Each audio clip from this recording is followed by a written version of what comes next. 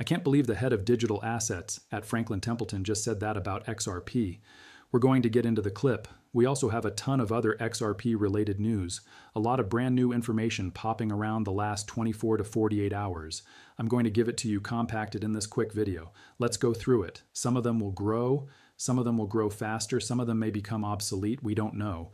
But we do know that there's a lot of capital deployed by these legacy chains, and some of those actors like Ripple have really fantastic plans to be able to take that capital that has grown in XRP over time and be able to redeploy that to build, quite frankly, substantial businesses, and they have a lot of money to be able to deploy to make those ends come about. Oh, absolutely. Yeah. You don't bet against or underestimate Ripple. I mean, they have some of the brightest minds globally that are building out all of these different use cases. They are going and acquiring companies that already have legacy partnerships. I mean, just take G Treasury, for example, moving $12.5 trillion per year. You bring that onto the XRP ledger, and that is over $30 billion a day transacted. I mean, you could really start to scale this thing really hugely.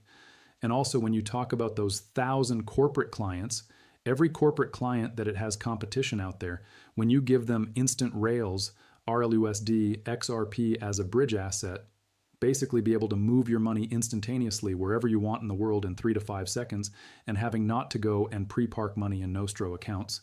That changes the game substantially because then you can start taking that money that you're not using in those Nostro accounts and starting to earn yield on that money. And that's where you could make billions with a B. We did it globally. If you took the Nostro money and you just made around 3 to 4% on that, you're talking about $200 billion a year is what you could make depending on the yield. So it is enormous, the capital that is going to start flowing into some of these protocols. And I'm excited. Let's go ahead and continue with this. Institutions are asking about XRP and tokenization. Obviously, we know it, but it's great to hear it now. The fact that they're coming to sessions about crypto, they're engaged, and they're asking questions about Bitcoin mining.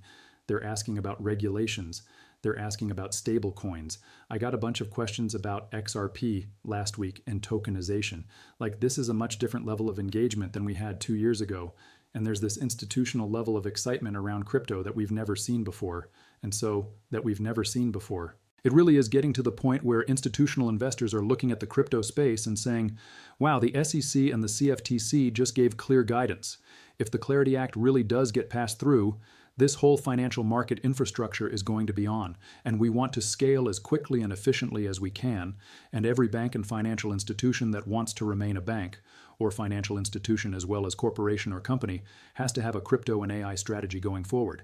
And we know that Ripple is helping position the XRP ledger to be there to be one of the ledgers to process AI agent transactions, and I'll have more on that in the days to come. XRP spot ETF volume pulled 1.1 to 1.4 million in inflows yesterday, while ETH and Bitcoin ETFs were bleeding. ETH bled 18 million, Bitcoin bled 62 million, and XRP saw an inflow of 1.4 million.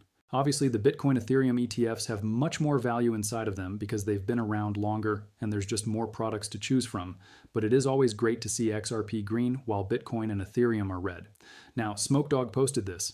Yes, Stokes Digital has identified XRP as a blue chip asset documented twice, and it looks like it's really hard to see this chart here. Okay, all right, that's super fun. And then here you go. So here's a little bit more information on performance time series stocks, blue chip digital asset index. And here's XRP at 11.71%. That is great to see. And you will see more and more added to this. Formative moment, right? And if you saw that at the policy conference, you saw it with the guidance that we just got out of the major regulators. We see it at the cusp, perhaps, of getting clarity. We are moving, I think, from a time where the investment game was, will this coin pump? Will this token with absolutely no fundamentals, will I be able to get in early enough and get out fast enough to make some money, to a moment where people are actually going to be looking at, and we're going to have a new class of investors looking at, can I own the best infrastructure of this space? What can I own that's going to accrue value as the space grows by an order of magnitude? What are those mechanisms? What does the token do? What rights does it grant me? And I think as that maturing and new investor class comes in, that's going to cause a massive reshuffling of what's seen as investable assets versus not, because 90% of the top 100 tokens right now by market cap don't redistribute any value whatsoever. Do you really think all the funds, all the suits, walking around us today are going to come on chain and buy a token that's a functional meme coin? No. I think we're going to see a massive reshuffling in the top 100. And I think it's going to be oriented around how do I own a piece of the most valuable infrastructure of the on-chain economy. That was a beautiful clip. Great segue there. Thank you for the digital asset investor for posting that. Really, you only have so much infrastructure that institutions, central banks, are willing to build on.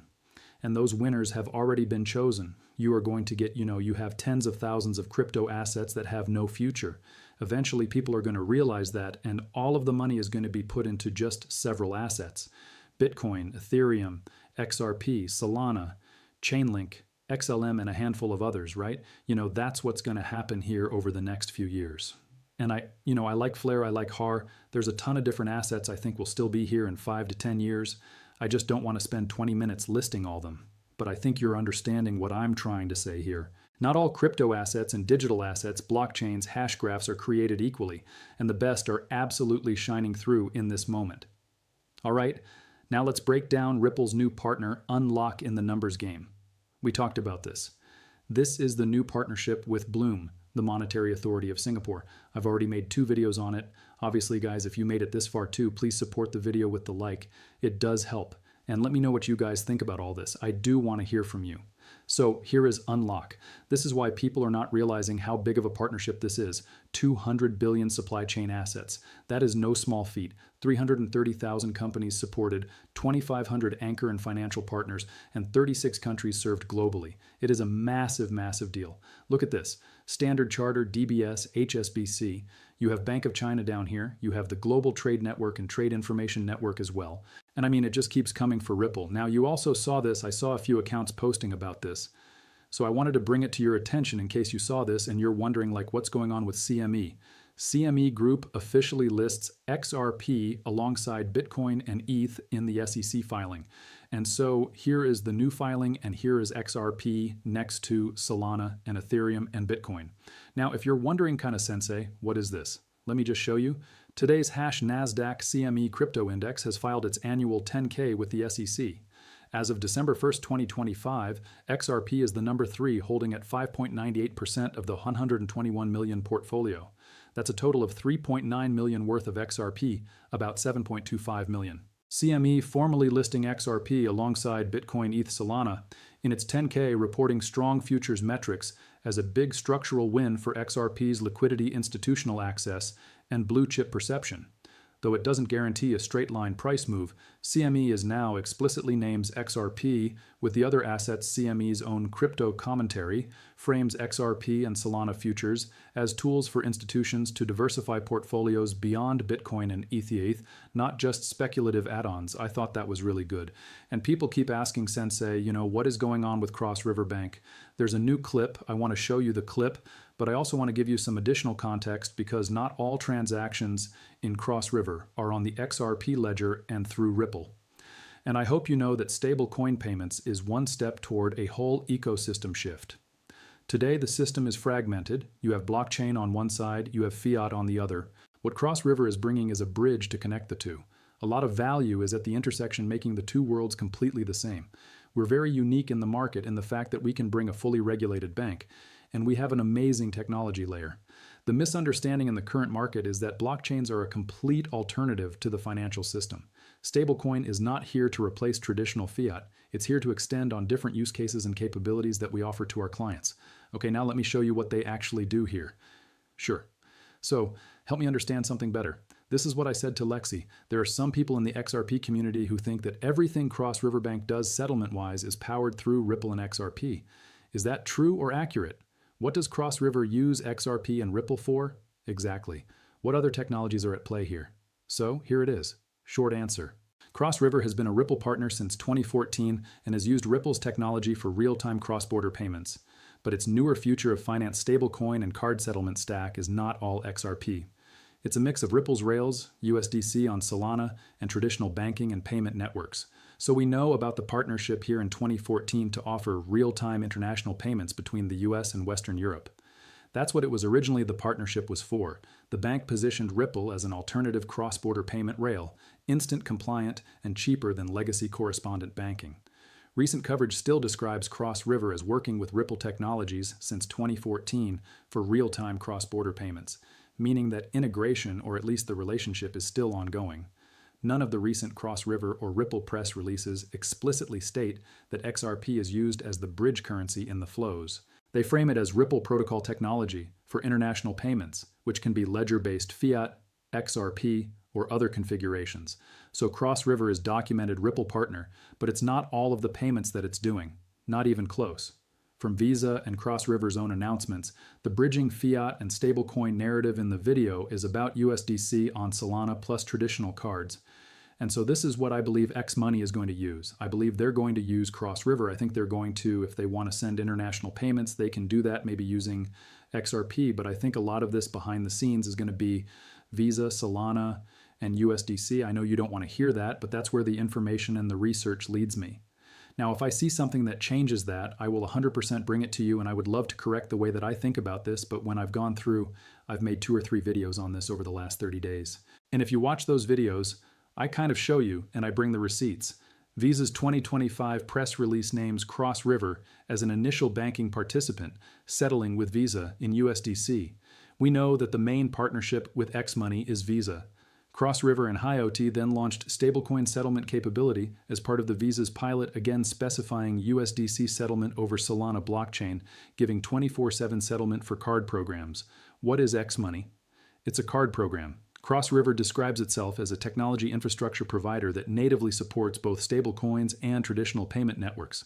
It connects Visa, wires, and so much more. So I hope that is helpful to understand where Cross-River might or might not be using Ripple and XRP. And I kind of just wanted to get that video made.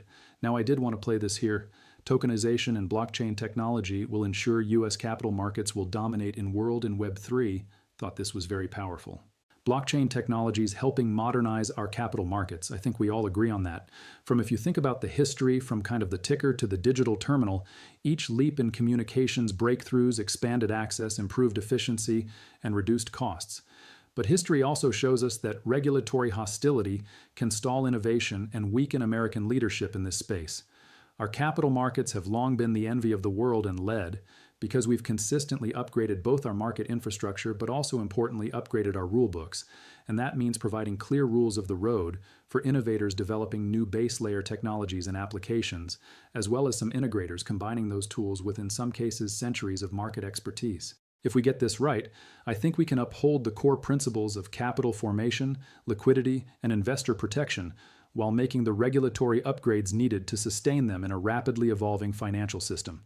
Listen, I am so excited about the future and what it looks like for all XRP holders. It is taking some time to get there, but I know it'll be a bright future for all of us if we just hold steady, hold true, and I am going to continue to buy XRP and several other assets. Flare right now, I mean, what is the price of Flare at this point? Let me just take a look. I know we're getting sidetracked off the video, but sometimes that's just where it takes you. 0.0831. Let's see. $1,000 into Flare right now will buy you weight. My bad. My bad. I'm used to it the other way around. 124,000 Flare, right? If you wanted to buy 1,000,000 Flare, you would need about $8,100. $8,100 will buy you 1,000,000 Flare right now. All right, guys, thank you so much for watching the content. Please leave a comment below.